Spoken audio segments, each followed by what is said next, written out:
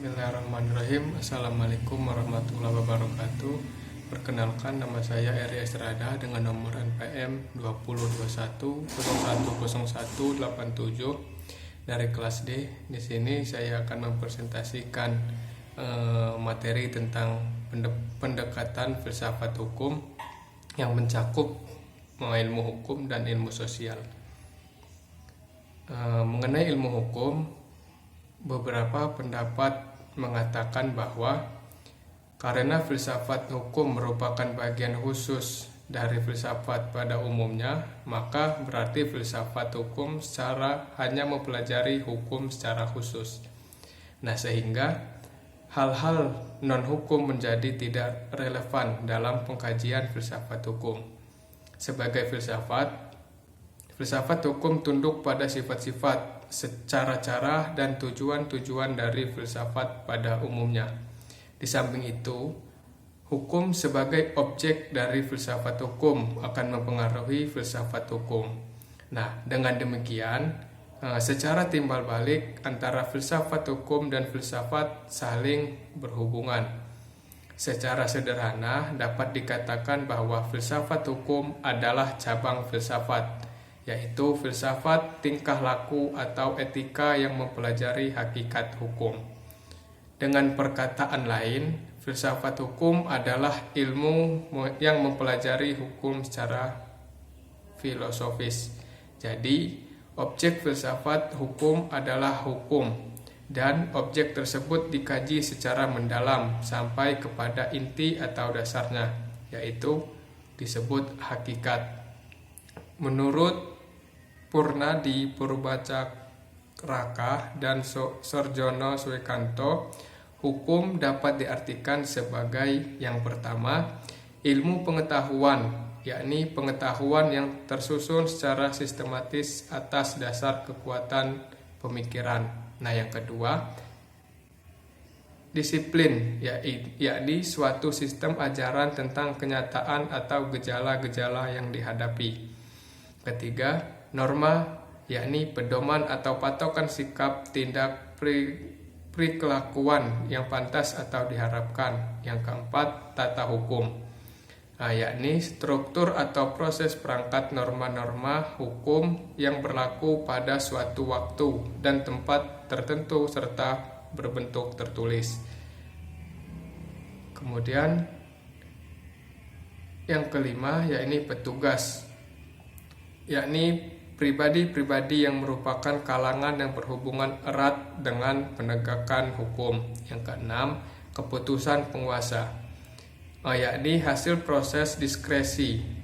Kemudian yang ketujuh, proses pemerintahan, yakni proses hubungan timbal balik antara unsur-unsur pokok dari sistem kenegaraan. Nah, yang kedelapan, sikap, tindak, ajak atau perilakuan yang teratur, yakni perilakuan yang diulang-ulang dengan cara yang sama yang bertujuan untuk mencapai kedamaian. Yang kesembilan, jalinan nilai-nilai, yakni jalinan dari konsepsi-konsepsi abstrak tentang apa yang dianggap baik dan buruk. Kemudian ilmu filsafat sosial.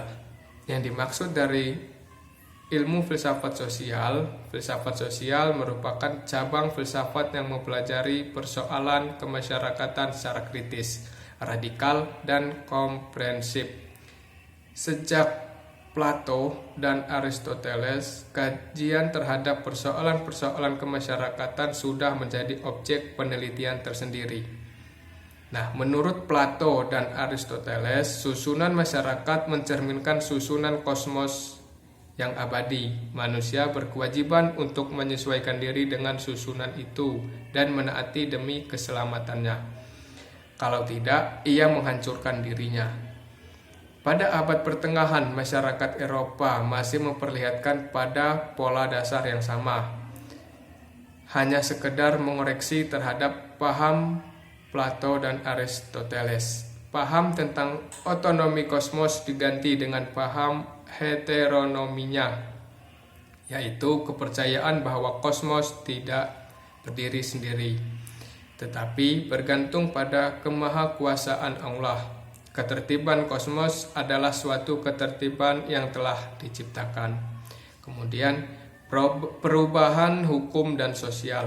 Adapun yang dimaksud dari proses terjadinya perubahan-perubahan pada masyarakat di dunia pada dewasa ini merupakan suatu gejala yang normal yang pengaruhnya menjalar dengan cepat ke bagian-bagian lain dari dunia. Antara lain, berkat adanya komunikasi modern dengan taraf teknologi yang berkembang dengan pesatnya. Penemuan-penemuan baru di bidang teknologi, terjadi suatu revolusi, modernisasi pendidikan, dan lain-lain kejadian yang di suatu tempat dengan cepat dan dapat diketahui oleh masyarakat-masyarakat lain yang bertempat tinggal jauh dari pusat terjadinya peristiwa tersebut di atas. Perubahan-perubahan dalam masyarakat dapat mengenai nilai-nilai, kaidah-kaidah, pola-pola perilaku, organisasi, struktur lembaga-lembaga sosial, stratifikasi sosial, kekuasaan, interaksi sosial, dan lain sebagainya. Kemudian, faktor yang mempengaruhi terjadinya perubahan sosial. Pada umumnya, dapat dikatakan bahwa sebab-sebab terjadinya perubahan-perubahan sosial dapat bersumber pada masyarakat itu sendiri. Dan ada yang letaknya di luar masyarakat tersebut, yaitu yang datangnya sebagai pengaruh dari masyarakat lain atau dari alam sekelilingnya. Sebab-sebab yang bersumber dari masyarakat itu sendiri adalah antara lain bertambah atau berkurangnya penduduk, penemuan-penemuan baru, pertentangan, dan terjadi revolusi. Suatu perubahan sosial dapat bersumber pada sebab-sebab yang berasal dari luar masyarakat tersebut. Misalnya, sebab-sebab yang berasal dari lingkungan alam, peperangan, pengaruh kebudayaan masyarakat lain, dan sebagainya. Nah, mungkin hanya itu saja presentasi dari saya. Kurang lebihnya saya minta maaf. Saya akhiri. Wassalamualaikum warahmatullahi wabarakatuh. Sekian, terima kasih.